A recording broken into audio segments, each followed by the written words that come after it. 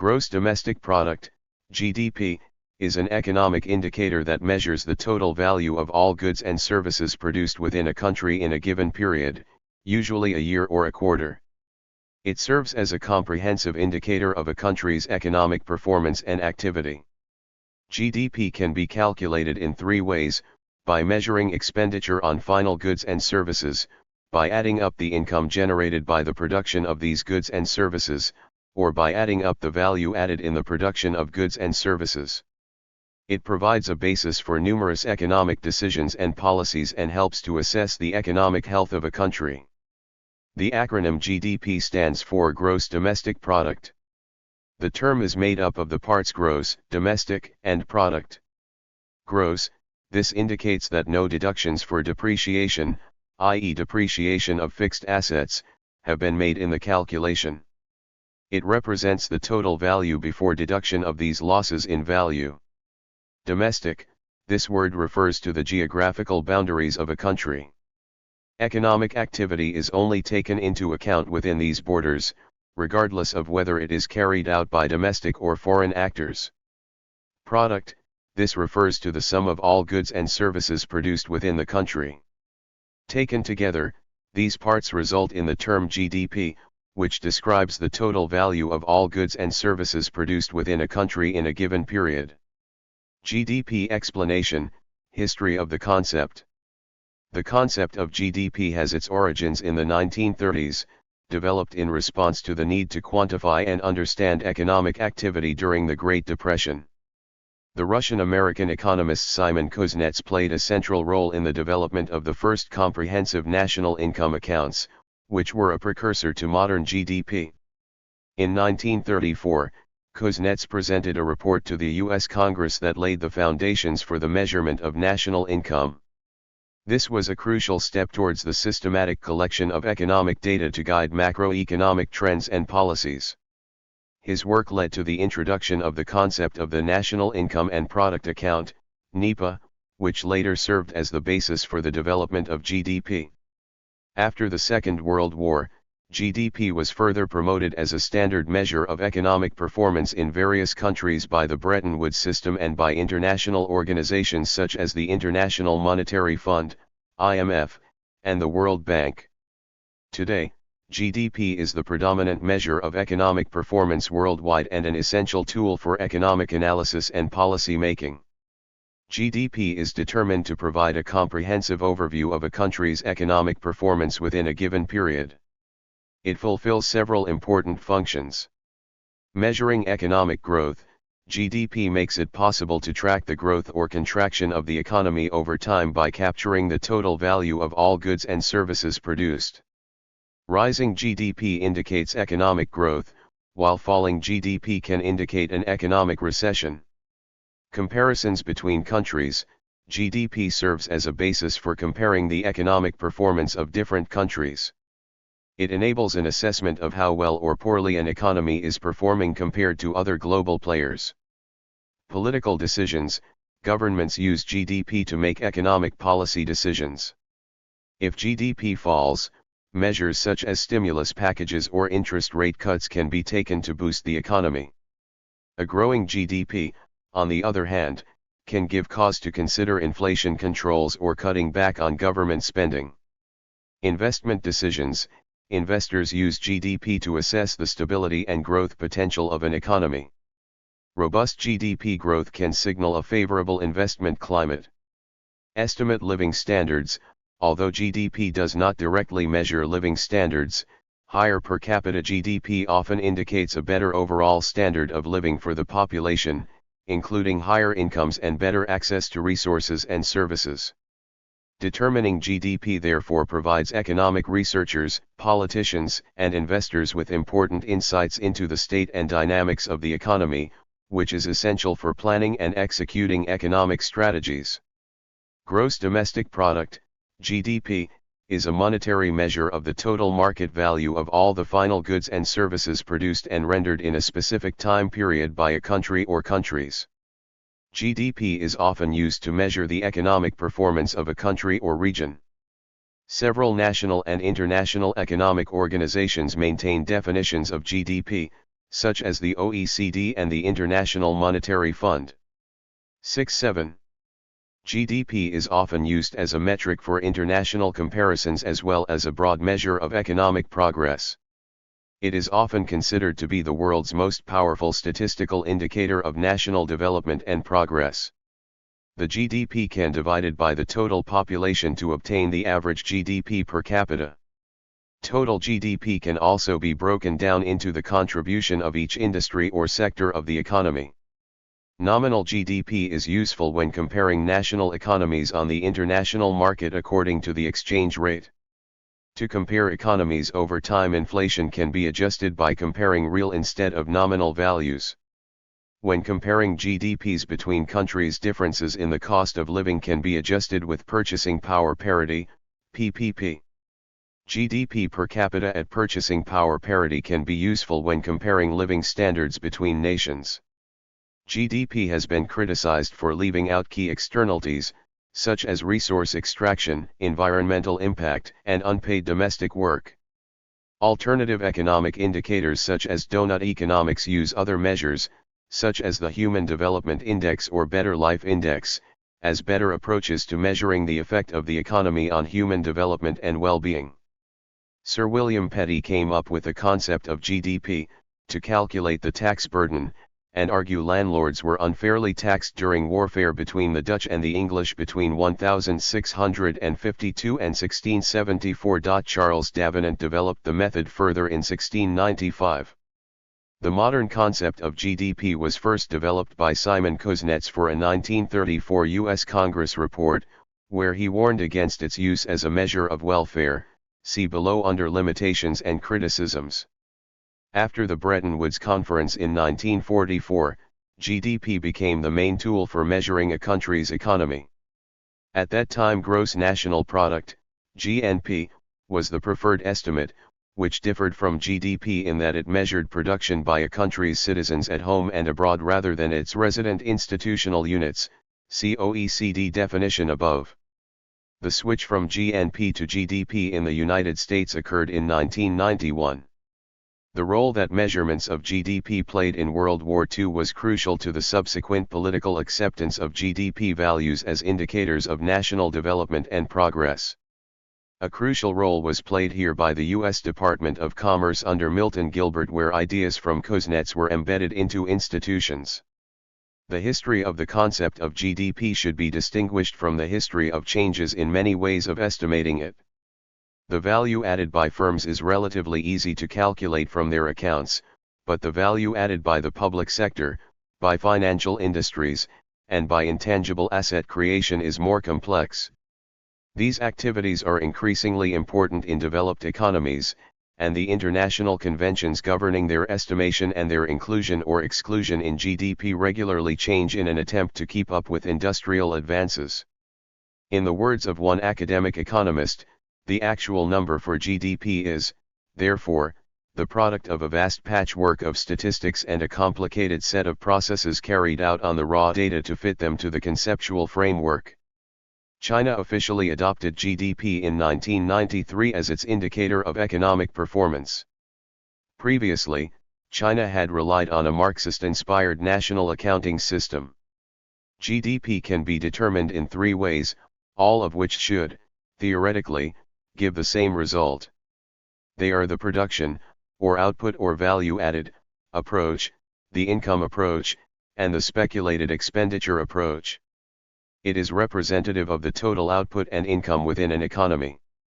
The most direct of the three is the production approach, which sums the outputs of every class of enterprise to arrive at the total. The expenditure approach works on the principle that all of the products must be bought by somebody, therefore the value of the total product must be equal to people's total expenditures in buying things. The income approach works on the principle that the incomes of the productive factors, producers, colloquially, must be equal to the value of their product, and determines GDP by finding the sum of all producers' incomes. Production approach, also known as the value-added approach, it calculates how much value is contributed at each stage of production. The second way of estimating GDP is to use the sum of primary incomes distributed by resident producer units. The third way to estimate GDP is to calculate the sum of the final uses of goods and services, all uses except intermediate consumption, measured in purchasers' prices. Market goods that are purchased by someone. In the case where a good is produced and unsold, the standard accounting convention is that the producer has bought the good from themselves. Therefore, measuring the total expenditure used to buy things is a way of measuring production. This is known as the expenditure method of calculating GDP. Within each country, GDP is normally measured by a national government statistical agency, as private sector organizations normally do not have access to the information required, especially information on expenditure and production by governments. The international standard for measuring GDP is contained in the Book System of National Accounts, 2008, which was prepared by representatives of the International Monetary Fund, European Union, Organization for Economic Cooperation and Development, United Nations, and World Bank. The publication is normally referred to as SNA 2008 to distinguish it from the previous edition published in 1993, SNA 93, or 1968, called SNA 68. SNA 2008 provides a set of rules and procedures for the measurement of national accounts. The standards are designed to be flexible, to allow for differences in local statistical needs and conditions. GDP can be adjusted for population growth, also called per capita GDP or GDP per person. This measures the average production of a person in the country. The major advantage of GDP per capita as an indicator of the standard of living is that it is measured frequently, widely, and consistently. It is measured frequently in that most countries provide information on GDP every quarter, allowing trends to be seen quickly. It is measured widely in that some measure of GDP is available for almost every country in the world, allowing inter-country comparisons. It is measured consistently in that the technical definition of GDP is relatively consistent among countries. It can be argued that GDP per capita is an indicator of standard of living. As a result, GDP per capita as a standard of living is a continued usage because most people have a fairly accurate idea of what it is and know it is tough to come up with quantitative measures for such constructs as happiness, quality of life, and well-being. From the perspective of environmental, social and governance, ESG, measures, GDP per capita trends can be influenced by factors such as gender parity and elements of regulatory quality. The change in number of MSMEs, micro, small, and medium enterprises, in the Philippines from 2008 through 2021 would be an example of elements such as the per capita gross domestic product and unemployment rate having significant effect on a developing country with mixed economy. Real GDP can be used to calculate the GDP growth rate, which indicates how much a country's production has increased, or decreased, if the growth rate is negative, compared to the previous year, typically expressed as percentage change. Simon Kuznets, the economist who developed the first comprehensive set of measures of national income, stated in his second report to the U.S. Congress in 1937, in a section titled Uses and Abuses of National Income Measurements 13. The valuable capacity of the human mind to simplify a complex situation in a compact characterization becomes dangerous when not controlled in terms of definitely stated criteria. With quantitative measurements especially, the definiteness of the result suggests, often misleadingly, a precision and simplicity in the outlines of the object measured. Measurements of national income are subject to this type of illusion and resulting abuse, especially since they deal with matters that are the center of conflict of opposing social groups where the effectiveness of an argument is often contingent upon oversimplification. All these qualifications upon estimates of national income as an index of productivity are just as important when income measurements are interpreted from the point of view of economic welfare. But in the latter case, additional difficulties will be suggested to anyone who wants to penetrate below the surface of total figures and market values. Economic welfare cannot be adequately measured unless the personal distribution of income is known. And no income measurement undertakes to estimate the reverse side of income, that is, the intensity and unpleasantness of effort going into the earning of income. The welfare of a nation can, therefore, scarcely be inferred from a measurement of national income as defined above. In 1962, Kuznets stated, "Distinctions must be kept in mind between quantity and quality of growth, between costs and returns, and between the short and long run. Goals for more growth should specify more growth of what and for what. GDP as initially defined includes spending on goods and services that would shrink if underlying problems were solved or reduced, for example, medical care, crime fighting, and the military." During World War II, Kuznets came to argue that military spending should be excluded during peacetime. This idea did not become popular. These activities are tracked because they fit into macroeconomic models, e.g. military spending uses up capital and labor. Ever since the development of GDP, multiple observers have pointed out limitations of using GDP as the overarching measure of economic and social progress. Furthermore, the GDP does not consider human health nor the educational aspect of a population. Instances of GDP measures have been considered numbers that are artificial constructs. American politician Robert F. Kennedy criticized GDP, or GNI, listing many examples of bad things it does count and good things it does not count. Gross national product counts air pollution and cigarette advertising, and ambulances to clear our highways of carnage. It counts special locks for our doors and the jails for the people who break them. It counts the destruction of the redwood and the loss of our natural wonder in chaotic sprawl. It counts napalm and counts nuclear warheads and armored cars for the police to fight the riots in our cities. It counts Whitman's rifle and Speck's knife, and the television programs which glorify violence in order to sell toys to our children. Yet the gross national product does not allow for the health of our children, the quality of their education or the joy of their play. It does not include the beauty of our poetry or the strength of our marriages, the intelligence of our public debate or the integrity of our public officials. It measures neither our wit nor our courage, neither our wisdom nor our learning, neither our compassion nor our devotion to our country. It measures everything, in short, except that which makes life worthwhile. And it can tell us everything about America except why we are proud that we are Americans. GDP excludes the value of household and other unpaid work. Some, including Martha Nussbaum, argue that this value should be included in measuring GDP, as household labor is largely a substitute for goods and services that would otherwise be purchased with money.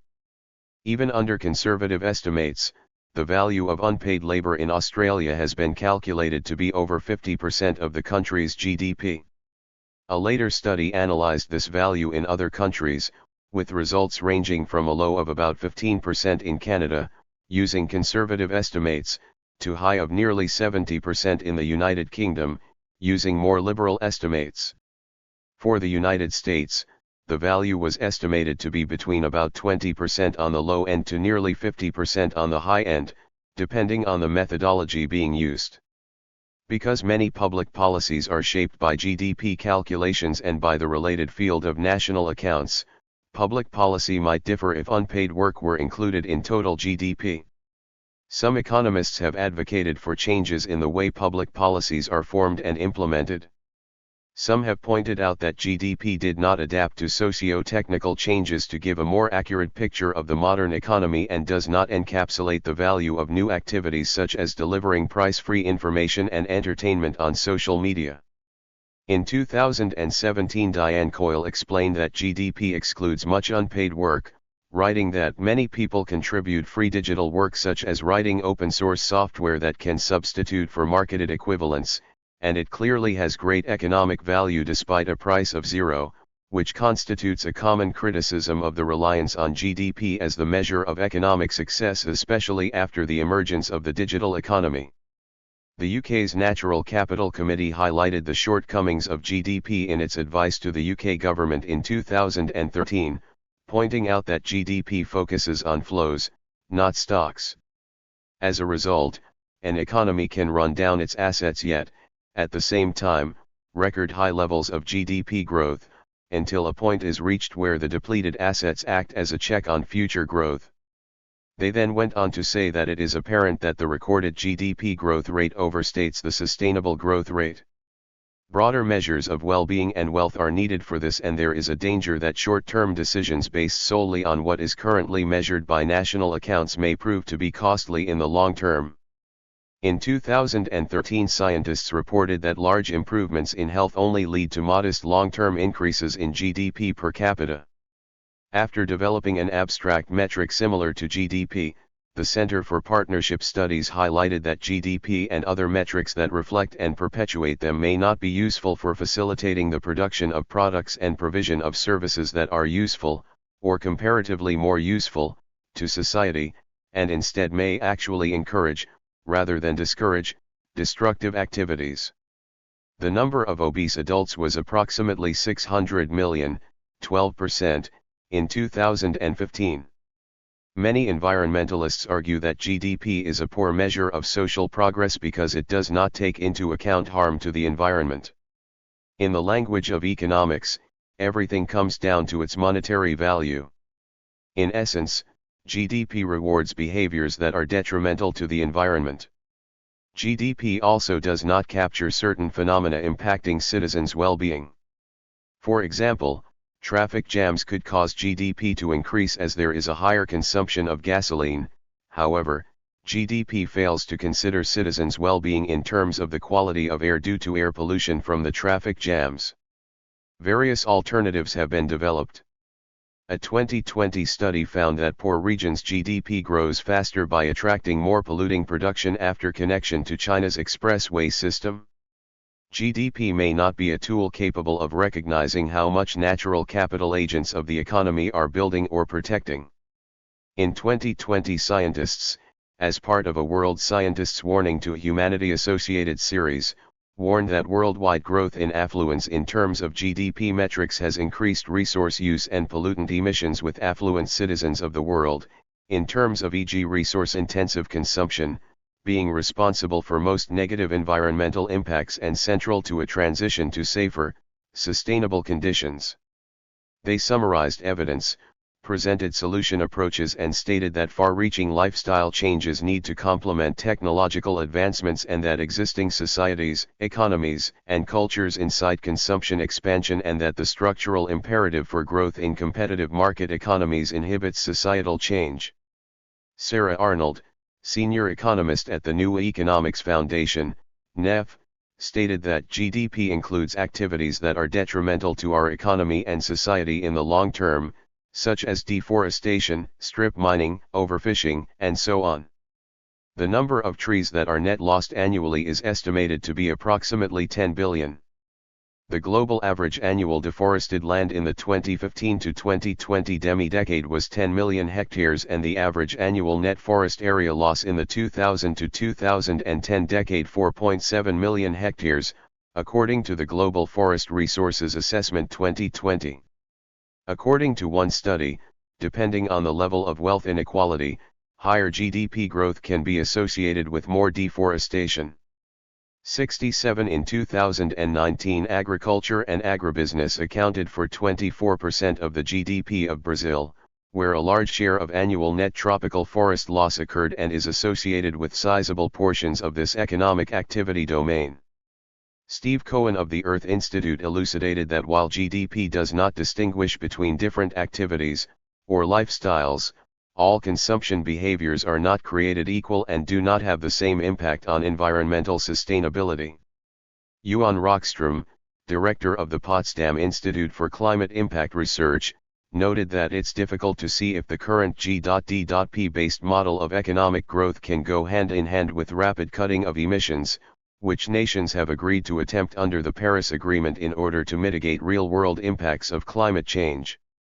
In 1989, John B. Cobb and Herman Daly introduced Index of Sustainable Economic Welfare, ISEW, by taking into account other factors such as consumption of non-renewable resources and degradation of the environment. ISEW is roughly defined as personal consumption plus public non-defensive expenditures, private defensive expenditures plus capital formation plus services from domestic labor costs of environmental degradation, depreciation of natural capital. In 2005, Met Jones, an American economist, at the International Institute of Management, introduced the first secular Gross National Happiness Index, aka Gross National Well-Being Framework and Index, to complement GDP economics with additional 7 dimensions, including environment, education and government, work, social and health, mental and physical, indicators. The proposal was inspired by the King of Bhutan's GNH philosophy. In 2019, Serge Pierre Bisanger published a GDP 3.0 proposal which combines an expanded GNI formula which he calls GNIX, with a Palma ratio and a set of environmental metrics based on the daily rule. Standard of living. Although a high or rising level of GDP is often associated with increased economic and social progress, the opposite sometimes occurs. For example, Jean Dries and Amartya Sen have pointed out that an increase in GDP or in GDP growth does not necessarily lead to a higher standard of living, particularly in areas such as healthcare and education.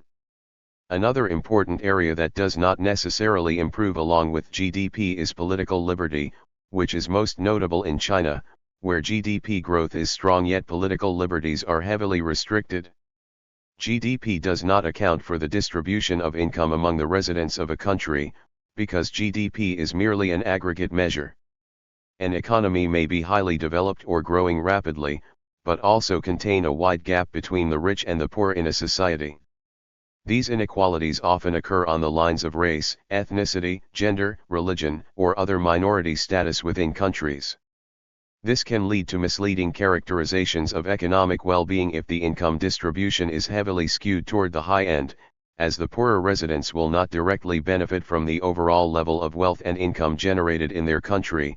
Their purchasing power can decline, even as the mean GDP per capita rises.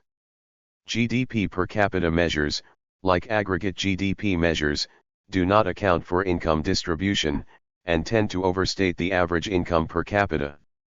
For example, South Africa during apartheid ranked high in terms of GDP per capita, but the benefits of this immense wealth and income were not shared equally among its citizens.